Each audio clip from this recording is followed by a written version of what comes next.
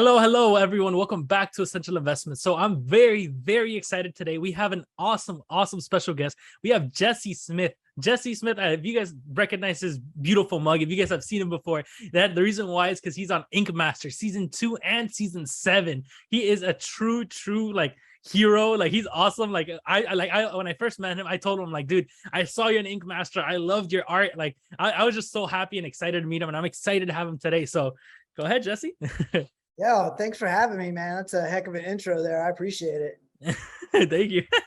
No, I'm excited because Jesse Smith is truly he's making waves, right? He's making waves on the Chronos side. So as you guys know, if you guys have been watching my content, if you guys know about my Twitter, and if you guys have been consistently like just absorbing the content I'm putting out, you guys know that I'm more like a Chronos maxi. Like, I love Chronos. I love talking about Chronos. And currently one of the biggest names in Chronos is Jesse Smith, right? Because not only is Jesse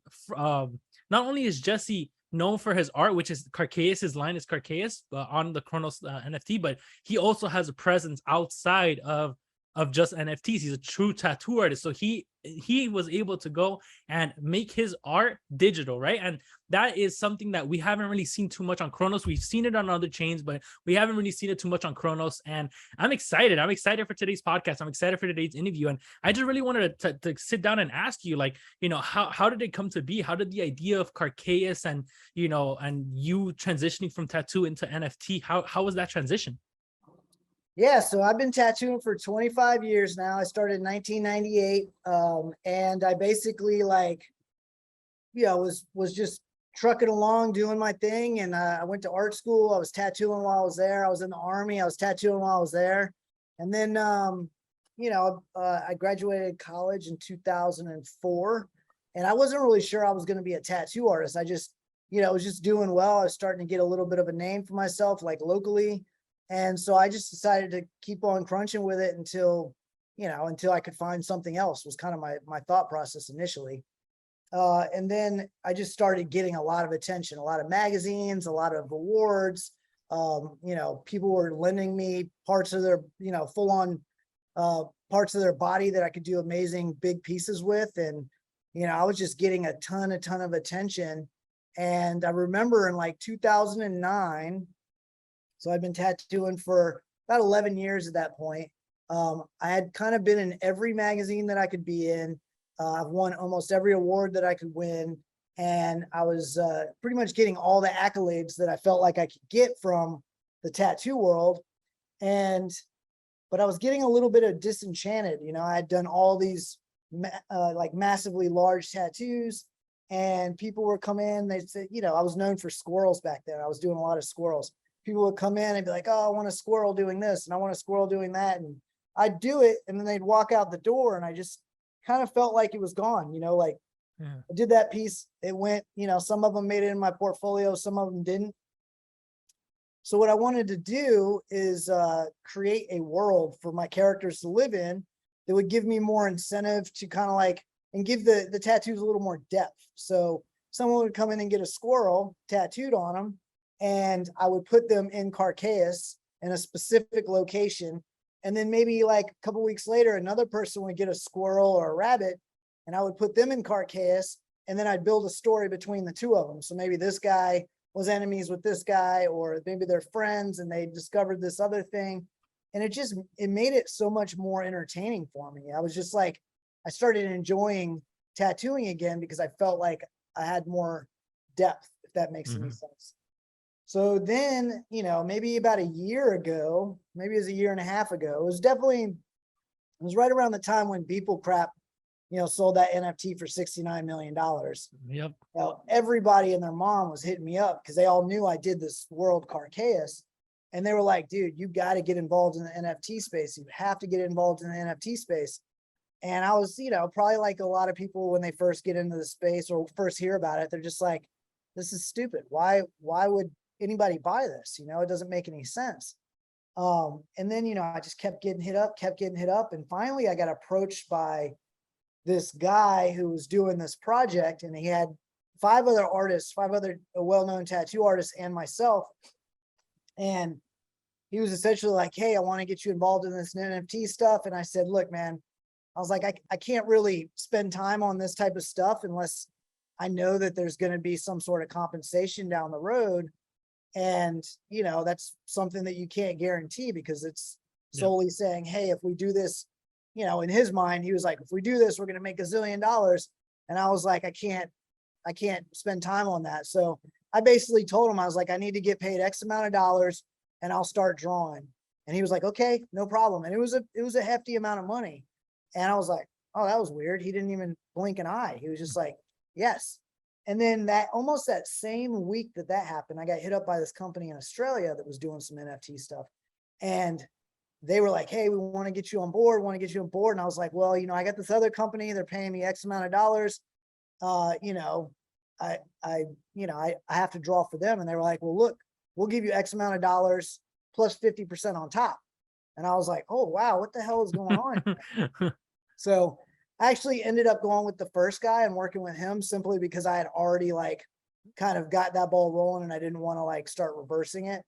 So I started drawing all this stuff for him and I finished all the drawings and then I just waited. And, you know, I was like, you know, this is pretty cool, this whole NFT thing. What really interests me was the generative side of it, like being able to draw different traits, sticking them through the generator and seeing your artwork in different colors, different capacities, different combinations. And so I was like, you know what, while I'm waiting for that project to happen, I'm just going to do my own stuff. So I just immediately just started drawing.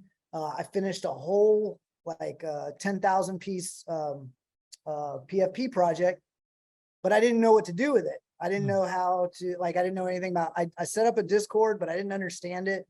It was super confusing to me. And, you know, I'm not a super tech dude. So I'm sitting there trying to program these stupid robots and like, you know, I'm like confused, but I was like, I know this is what I have to do. So I'm doing it. And then it came time to promote the other project. So I started promoting the other project. And while I was doing that, you know, a lot of my fans would come up and they'd be like, oh man, this is cool. Then of course there'd be people who are like, yo, I can't believe you're doing this. It's fucking, it'll kill the environment, blah, blah, blah, all this stuff. And then I actually got it. Jason, who's my partner now, hit me up and he was like, I'm a big fan of your work.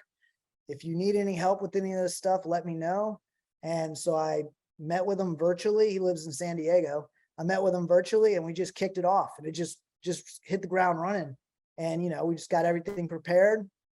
And the funny thing is I already had that whole project drawn, but we ended up drawing something up totally different for which was the feral fish. We dropped the feral fish. And then by the time I drew that one up, the other one, I just didn't like the way it looked anymore. So I'm like redrawing that set for a later expedition. But yeah, that's how I got into the NFT space. Wow, that's actually amazing. And what was Jason the one that I met at NFT NYC? I don't know. I don't know if you met him. He didn't eat lunch with us. Who so was that ate lunch? So Johnny, that's your buddy, right? Johnny. Yeah, so Johnny, and then my girlfriend, my kid, and then my friend Andy. Andy. Yeah, he does a lot of like flipping toys and stuff like that. So he's been in the NFT market in real life for a long time. So he's a guy who he would take some of my artwork and flip it real quick and start, you know, stimulating that secondary market. So, you know, kind of what the NFT world's doing now, like really quickly, you know, in the real world, we were doing like toys and canvas prints and stuff like that. And of course it was a lot slower. Man, I love it. And can I, so just for everybody that has been watching and didn't understand what I meant. So I actually got to meet Jesse. I got the honor of meeting Jesse in person. And I got, like he mentioned, I got to meet his wife and his kid. And, you know, just, it was an awesome experience. I got to meet him in New York. I was at NFT NYC. And I know that I keep mentioning in different videos, but I promise I'm getting closer to finishing the editing. It's just, I have so many clips that I have to like edit together. So like that, you know, I know I keep mentioning it that it's going to come out soon, but you know, give me some time, guys. It's gonna come out, but it's just a lot of editing that I have to do. But I actually got the honor to meet Jesse in person over there, and you know, it was amazing. You know, and after that, I honestly like I knew about Carkyous, I knew about the feral fish, and I heard about the drops and everything. But then from that point on, from being able to meet him and like actually getting to know him, like his real vibe, like who he really was, that's when I really got my interest into the project because I was like, it's obviously the artwork is amazing, but for me, like building that interpersonal relationship with a person, it establishes a deeper, I would say, like, understanding not only for their project but where they're coming from, right? And that's kind of the whole point of this interview, or I shouldn't say like podcast, like, but that's kind of the whole point of it. So I want you guys to meet Jesse in person, and as you guys can see, like, he is passionate about his art. He is passionate about the Carkyous. Like, the fact that he went and created like a whole little like universe for this is a lot further than most NFT projects go, just like regarding their roadmaps and stuff. So I'm excited, and well, bringing it back to Carkyous, right? Bringing it back to the feral fish. So you mentioned that you said that the first line is feral fish. So does that mean that there's further lines down the road? Oh yeah, I mean, so when I started working with the NFT space, because I had been working on Carkyous since 2009, so I guess that would have been what is that, about 12 years or something. I already had a ton of content. So in some of this content, I was just creating because I just wanted to create it. I remember working up this one project. It took me like 7 years I was working on it. Wow. And when the NFT space opened up, I was like, this is a perfect place to drop it. But it was never my intention to drop it on the NFT space. But now the one thing I like about this space is now I can I have more of a purpose to create it. Before it was like just a passion project. Now I've got a whole community that's just like sitting there and amped and excited, and they really want to like see what we've got going on. And it's like, I, of course, don't want to let them down. So I'm just constantly trying to make sure everything's cohesive and making sense. And then on top of that, of course, you want to make sure that your community stands to benefit from supporting your project too. Of course, the simplest way, not the simplest, but the way that I think most projects try to do is to make it so the floor price goes up and everybody can sell and make a little money off the project. But, hopefully there's other ways that they can benefit from my project. I don't take on any new clients anymore. And now the only way you can get tattooed by me is through the NFT space. So if you want to get tattooed by me, you have to either one, get a certain NFT or collect a certain type of NFTs, or two, help out the community. So we have like two different ways, because not everybody can afford a ton of NFTs, but they're willing to work really hard for the community, and then vice versa. Some people can afford a ton of NFTs, but they don't have time to invest in the community. So we've just been trying to figure out a way to inspire and make it possible for everyone in the community to get tattooed if they work hard enough. I love that, man. And it's funny that he mentioned the tattoo, right? Because that's really where a lot, like, I know for a fact, that just letting you know, I'm gonna put it in the title, like Inkmaster Jesse Smith, because obviously that's gonna be views. But I'm excited because not only do you have the NFT line, but you're a very successful tattooist, or is it it's tattoo artist, right? Tattoo artist. Yeah, you're a very successful tattoo artist, and I even told him in New York, right? Because I don't have a single tattoo on my body. I was like, if I was to get a tattoo, it would be from you, because I liked his art. I saw him in Inkmaster, like I mentioned. So if you guys are interested in learning more about his art style, definitely check out season 2 and season 7, right? Just to make sure. Yeah, season 2 and season 7. Oh man, they've got some clips on YouTube, and I was also on a couple spin-off shows or a couple spin-off seasons of Redemption. So Redemption, okay. There's a lot more fighting on that show. So if you want to see me get a little angry, I'm on there. Oh, okay. I didn't even know about that one. Actually, season 7, I probably did more fighting in season 7 than I did season 2. So wow, okay, I'm writing that one down. Redemption. Okay. I love that. So I'm actually excited because not only did we get to see him on the big screen, right? But now we're able to check out his project. So actually, let me actually show you guys, because I do this with all the guests that I bring on. I show their project live. So let's go to Bisous Bay. Feral. It would be under feral fish, correct? Are you on Abyssus Bay? Is that where you're at? Yeah. Yeah, it should be under Carkyous. Oh, Carkyous. Okay. Yeah. Oh, there it is. Carkyous Fairfield. Okay. So as you guys can see, so you guys can check out his project. So if you go to Abyssus Bay, wait, you can see my screen, right? Yeah. Yeah, perfect. Okay. So as you guys can see, he has some awesome artwork inside of these the feral fish. I love the designs, man. Like, you know, Thank you. and you said, how long did it take you to make this project? You know, I don't know, you know, I would work on it like, you know, I draw every night. So I'd work on it for like 2 to 4 hours every night, but I'd also throw tattoo work in there, and then I'm doing other stuff. So I don't know, I would say maybe 40 hours, maybe 50 hours or so. Oh, wow. That's a lot. Yeah, and you know, I definitely wanted to, my goal when creating this stuff was to try to like create traits that made the fish look totally different if they had different traits. So it doesn't look like, you know, the same Yep. ape with different clothes and different thing, you know, sunglasses, whatever. I want it to look as much like a different character as possible, depending on which attributes you got. Wow. I love it, man. I like, and it sucks 'cause, like I keep saying to myself, I need to get a feral fish. I need to get a feral fish, but I keep forgetting. So I definitely think I'm gonna have to buy it after we hop on off the call, because I've been dying to get a feral fish, because like you guys know that you guys have been seeing me on my podcasts and my TikToks and everything. You guys know I'm really big on supporting other projects. I'm that's one of my biggest things, because I believe in, you know, I believe that in my philosophy, I should say, is that the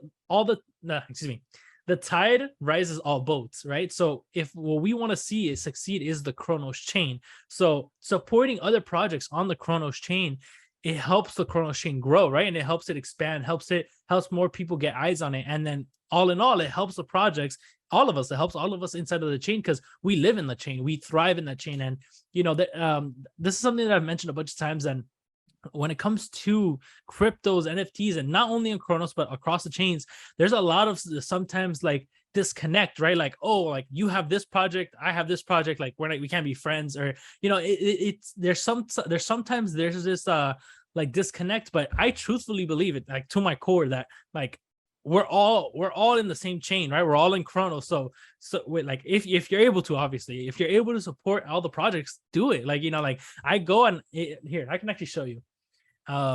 Just so you could see, just so you don't think I am capping. Let me, my sheets. Okay, so these are all of my NFTs that I hold. So all of the ones that are in orange, I've already sold and like made profit on. So like I literally write down every single thing I buy. Well, I still need to update it, but I have like all crow skulls. So I bought it for 200, sold it for 600. So it goes down, right? Bought it for, this one was like one of my bigger sales, bought it for 200, sold it for 2.5K. So then I just goes down. So I have a bunch of different sales. I have different projects, Chronos Chimp Club, Crowbots, Lazy Horse. You know, I have a bunch of projects because I like supporting different projects. And I know for a fact, I've been looking at Carkyous, I've been looking at feral fish for a while, and I just keep forgetting. It's not that because of anything, I just keep forgetting to get it. And you know, I love Jesse, I love everything that you're building. And this leads into my next question. Sorry, I just kind of rambled on because I just love talking about like the line. It's so awesome. But this leads into my next question, right? Which is, when it comes to utilities, right? When it comes to utilities and use cases, right? A lot of people have the questions of like, oh, what is the utility? What is the use case? So that is something that I'm always obligated to ask me when I have like people on. So what are the utility? Oh, but I know that you mentioned the tattoos, but I like maybe expand a little bit more. Yeah, so on every expedition that we drop, so we dropped expedition 8, which is the blooming of the stylo fish, and that was on crypto.com. But and this is expedition 9, every expedition we have a tattoo incentive. And the way the tattoo incentive works is if you collect a certain amount of NFTs or a certain type of NFTs, then you get $1,500 towards a tattoo of your choice from whatever artist in the world that you want to get tattooed by. So I realize that not everybody wants to get my goofy cartoony stuff. So you know, if they have an artist with does their black and gray realism that they like to get tattooed by, assuming that the artist will take them on, will pay for their tattoo up to $1,500, which will pretty much cover most of everyone's tattoos. The other incentive we do is on expedition 8. We had it if you collected a certain amount of certain types of NFTs, and you would get a stretch canvas print of the full composition. And that full you know, get a piece of artwork that you can hang on your wall that's really large. The other thing we have is we have something called the Acornomics. So with the feral fish, every feral fish that you own, you get 1 golden acorn. And that golden acorn's worth $15 rebate on anything that you buy from Carkyous. And that every time we do a drop, it increases by $15. So if you hold it for 3 drops, you're at $45 rebate on our future NFTs. And then we also have these regular acorns. Those are worth $15, but they don't evolve over time. And then we have two different types of trees. We have one tree that drops 10 acorns for every drop for eternity. So every drop, it drops 10 acorns. So that's $15 a piece. That comes out to $150. And then we have another tree that drops 20 acorns. So you're looking at $300 there. So we have a bunch of different ways for people to kind of make money indirectly. Because if you're getting, you know, whatever, a $60 rebate on a $150 NFT, and you sell that, just even if you sold it at a loss at 120, you still you'd still make $60. You know what I mean? True. So that's kind of our way of like staking without staking. You know, it's like because Jason is a little more knowledgeable about all this stuff than I am, but he just said with the staking, there's a lot of potential for the FEC, what is it? FCC. FCC, yeah, with FCC to get involved and a lot of gray area there. So he just kind of wanted to avoid that, but this was kind of like what we considered a legal way of doing that same thing. So benefiting you for the longer that you hold on to things. Well said. Sorry. Thanks. And then the other thing we do is we donate 10% of all of our revenue to the Giving Arts Foundation, which is a nonprofit that I started a while back, and it focuses on ocean and environmental conservation. So basically the intent of this nonprofit is to, raise awareness and funds to try to facilitate those goals. And the last one that we have is anyone who owns any of my NFTs gets free entry into the Richmond Tattoo and Arts Festival in October. It's 21st to the 23rd.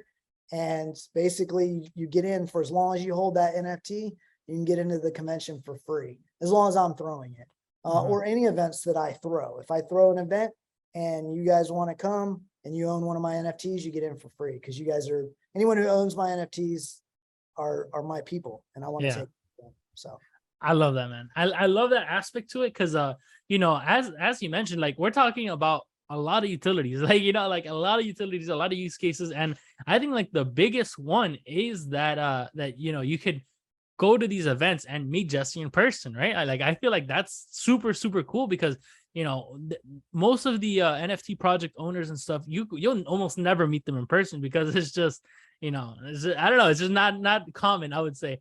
But like I mentioned, when I got to meet him in NFT NYC, being able to talk to him, and I think you could agree, like, being able to talk to somebody, you're able to go and like gauge who they really are, gauge like, okay, you know what, like, this guy might be pretty cool, like, I might want to talk to him more. And that's kind of the vibe I felt from Jesse, right? Because when I met Jesse, and when I met Johnny as well, instantly I was like, okay, I like these guys. So now like, I text Johnny on a daily, and like we used to never talk that much, not in a bad way, but like, we just never used to talk that much. And after NFT NYC, we clicked. And same thing with Alpha, because when you meet somebody in person, you're able to truly establish like that, like the shake, the handshake, the like, okay, who are you? My name is Santi, what's your name, Jesse? And being able to establish that deeper connection, it's better, in my opinion, at least, right? Yeah, I was actually going to say, like, to kind of spin off of what you were saying about the boats that rise together on the tide. Another thing that I tell people when it comes to investing in projects is, it's just like a business. You invest in the people, you don't invest in the business. I mean, you can sit there and you can have an amazing idea, but if the people aren't there to run it the right way, or they're not honest or whatever, it'll fall. And then vice versa, you can have, a great person with a crappy idea, and it won't go anywhere either. So obviously you want to try to find both, but usually if you find a good person, you're in good hands. So well said. And I'm excited, man. I mean, and I'm excited for the tattoo convention, right? Because I know that you texted me about that on the side. And well, actually, one thing before we move on to the convention, I do want to shout out, I do want to mention that he is wearing his One Trick Pony line hat. Like, so I do wanted to shout that out, and I know that we're definitely going to talk about that because well, actually, we can talk about it right now. Your whole line about One Trick Pony, right? Yeah, no, you know, and that was another utility I forgot to mention, but One Trick Pony, basically, you know, on the TV show, I was called a One Trick Pony. So I just kind of took that and turned it into a clothing line. But that clothing line kind of reflects a lot of the Carkyous stuff. So there's a lot of Carkyous characters on there, a lot of stories that I had built even before the NFT space. So you kind of see some overlapping happening there between the NFT space, my tattoos, and my clothing line. But one of the utilities that we have for the feral fish is if you want to see your feral fish on a t-shirt or whatever, you can send it to me. I'll put it on one of the t-shirts. I'll put it on One Trick Pony brand. And if it's your NFT, I will sell it to you for wholesale price. So basically I don't make any money off of it. And if you wanted to buy 100 of them and sell them at a convention, or you wanted to, you know, put it on a shower curtain, whatever, you know, as far as I'm concerned, we share the rights to all the artwork. You know, and I'm not, you know, I want it to be out there, hence the fact that doing this. So, and then of course we'll sell it on the site as well and give you a cut of the of all the revenue we make up off of it as well. I love that. I love that. And that's one of the coolest things about NFTs, right? Being able to actually own that digital asset, to be able to say like, oh, this is mine. And, you know, excuse me, there was a restaurant that was created, and I think if I'm not mistaken, in Los Angeles, that the whole brand was, it's called Bored and Hungry, and the whole brand was because one guy had a bored ape, and he just built the whole company, the whole restaurant, everything, all the branding is the one ape that he owns. So like, I find that awesome because it's like you're able to do that. Like if somebody wanted to create a feral fish store, a feral fish aquarium, like, you know, they'll be able to because they own that piece of art, right? Right. Yeah, I love it. You know, I mean, it's always good when, I think that's good for the community when that happens, because that just gains more exposure. You know, anybody who sees that restaurant who doesn't know anything about the bored apes is going to say, oh, wow, I like this little ape thing, blah, blah, blah, blah, blah, whatever. And then someone else is going to say bored ape. Then they're going to be like, yeah, the restaurant. And they're like, nah, that's an NFT. They made the restaurant for this. And it just starts getting people more interested, giving more reason for people to talk about it. So my goal is to get these feral fish on as many bodies as possible. I love it. I love it. Now bringing it back to the convention, right? Because that's something that you talked to me about, and we've talked about this on the back end. But I'd love to know more about the convention, and it's the one that you're throwing, right? Yeah, so it's I've been throwing this convention for about, I mean, I've been throwing it for about 7, but of course 2 years we were in a pandemic, so we didn't actually throw it. But yeah, it's one of the oldest tattoo conventions in the entire world. It's been going on since 1988. Some of the best tattoo artists in the world would come here back in like 1988. Even before that, they would call it a tattoo club, and they'd all hang out in this hotel, and they would share secrets, and they'd tattoo each other and all that stuff. And then it turned into a tattoo convention, and then it's been running ever since. And we still run it in that same exact hotel. And, you know, have some of the same people who have been there for 20, 30 years supporting this convention. And, you know, since I took it over, I've been trying to, like, you know, make sure it stays progressive, because it was kind of getting, we're at a point where it was like staying at this one spot. And I'm a guy who always likes to be ahead of the curve on, you know, everything, technology and just the way that everything's moving. So we're going to be, you know, webbing in the NFT space within the convention this year. I think we've got, I'm pretty sure Johnny and Alpha are coming. And I've got Battle Bunnies. I don't know if you've heard of them. They're an ETH project. And then Bored to Death Club, another another ETH project. They're both tattoo artists. So, and one of them's already worked the convention a bunch in the past. So essentially it's really easy. Just say, hey, this time bring your NFT stuff. So I think Battle Bunnies is just bringing just doing NFT stuff. I think Bored to Death guy is going to be tattooing as well.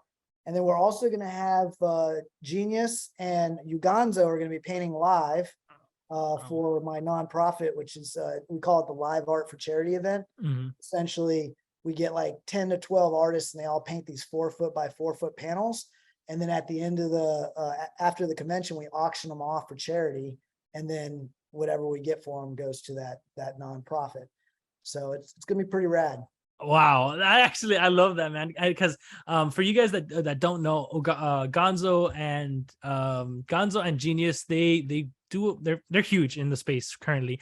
They have the Psycho Kitty and the Mad Hair project. And let me tell you guys, that's actually probably who I need to invite next as well, because I love those guys. I love everything that they're building, and they are always working, always grinding for the community. And man, I love what they're doing. And I kind of regret not getting into Psycho Kitty so early, because when it launched, I was there. I remember, but I was like, like it's not really my style. But man, the floor went up like 10x or something. I don't know. Like I was like, wow, okay, I missed that one. I also missed the Loaded Lions, but hey, man, it's okay. We don't talk about the ones we missed. But I'm excited for everything that's happening. I'm excited for the feral fish. I'm excited for everything. Now, I do see that we are getting closer to the 30-minute mark. Now, let me ask you, is there anything that you want to leave off with our viewers, or anything else that you would like to say regarding the convention, regarding your lines, or anything like that, or maybe some alpha? Man, you caught me at a wrong time for alpha, because right now we're kind of at a place where we're waiting on crypto.com to give us the green light. So there's no alpha I can give, but I mean, I guess there is some alpha I can give. So we've got Expedition 8 and Expedition 9 have finished. We sold out just yesterday, I think it was, on Expedition 9, the feral fish, which was really exciting. And we actually still have some Expedition 8 NFTs available on crypto.com. And the one thing I've been telling everybody who's in my community is get as many of those Expedition 8s as you can, because they will play a role in the future drops. And matter of fact, not even the future drops, the next expedition we're dropping, it will tie in pretty seamlessly. So if anybody out there wants some alpha and they want to hear from me, get some of those Expedition 8s while you can, because I expect that when the next expedition drops, it's going to stimulate a lot of interest for Expedition 8, and it's going to create more value in that project. It will also give you a lot more opportunities to get tattooed if that's something that you're into. So lots of good stuff, and we're always going to try to figure out new utilities that we can add to it so it's not the same utilities every time. And kind of give stuff for people who maybe aren't into tattoos. I would like to be able to hit more than just tattoo aficionados. I want people who are really into NFTs, art, people that want to be invested in a fun creative project. So I love it. So just to confirm, so Expedition 8 is the feral fish, correct? No, that's Expedition 9. Expedition 8 is the blooming of the silo fish. So that's essentially the story goes. It takes place in this place called Durkin Forest, and there's a big old lake in there they call Larkin Lake. And once a year, they have these things called silo fish, and they basically are these mushrooms. And the cap of the mushroom comes off and turns into like a jellyfish, and then it starts floating around the forest. So all these critters start hanging out around Larkin Lake to watch this. Some of them come to watch because it's beautiful. Other ones come because they like to eat the feral fish, the silo fish. So they stay and wait for them to come up so they can eat them. But there's a bunch of Carkyous critters that hang out in that space. And your job as one of the explorers with us is to collect as many of those critters as possible and document them. And the real world story behind it is that particular Expedition 8 was created by myself and 12 other internationally recognized tattoo artists. So it's a massive collaboration. And depending on how many you collect, you can get like mini comps. We also have, so the mini comps are like 5. If you get 5 of them, put them together, you take them, we burn them, and we actually send you a complete mini comp of all those characters together. And then same thing, we've got 3 mini comps to make up the full comp, and that full comp will give you a full comp and a stretch canvas print of it if you collect them all. Wow, that's amazing. And that's on CDC, right? Yep, that's on crypto.com. And yeah, I think you can just search Carkyous, or I think it's Carkyous by Jesse Smith over there. Let me actually see if I can pull it up really quick before. The collection is Expedition 8.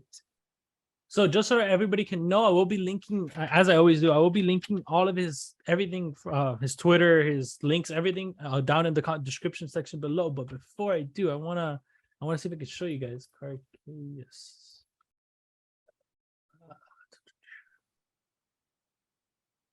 Carkyous, right? Jesse Smith, there it is. Wow. All right, awesome. Let me screen share. I honestly didn't even know you had a CDC line, to be honest. I only knew you from the Bisous line. Wow. Look at that. So all of these are done by different artists, different tattoo artists. And then I did 3 of them, 3 of the 15, and the other ones were done by other artists. And let me try to take a guess at which 3 you did. Okay. So this one's definitely you. Oh yeah, but that one isn't part of the collection. That was actually a custom that I did for that was a custom I did for one of the people who bought 100 feral fish. Wow. So same thing with the bunny as well. Yeah, the bunny's a unique one as well. Yeah, there's 10 of them. That was out before Expedition 8. I actually just put it on there because I was trying to see how crypto.com worked. It was before I ever got accepted to be in the curated thing.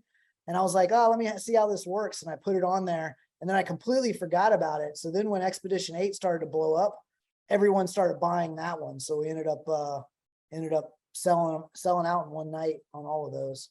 Wow. So I that one's definitely you. And let me see. I'm gonna figure it out. So I know this one's you. The one on the right. Yep, that's me. Definitely. That's you. And this one's you. Yep, that's me. Yeah, I already know your style by now. Oh man, you got it. Yeah, I literally spent time before the interview just looking at your tattoo as well, like just tattoos online. So man, I love everything that you're doing, man. I love your style. I love, like, you have a very unique, like, as they said on the show, very one-trick pony style, but I love it, man. It's awesome, dude. Thank you. Let me see, man. But yeah, so now, because I know that we are going a little bit over the time, I do want to go and shout out. So I will be linking everything in the description section below. If you guys like this kind of content, well, actually, before I close off, do you have anything to say? Like, subscribe, comment. So this thing goes viral. I love it. So if you guys did like this interview, you guys want to see Jesse Smith back again, we're definitely gonna have him back again because he's such an awesome character. But if you guys do like this, if you guys do like this, and if you guys do like this kind of video, if you guys want to see more of these kinds of videos with other of your favorite NFT artists, of your favorite tattoo artists, or whoever, to make sure to drop it in the comment section below. Thank you guys once again for sticking to the end of the video, and as always, make sure to like, comment, share, and subscribe, and have a wonderful day.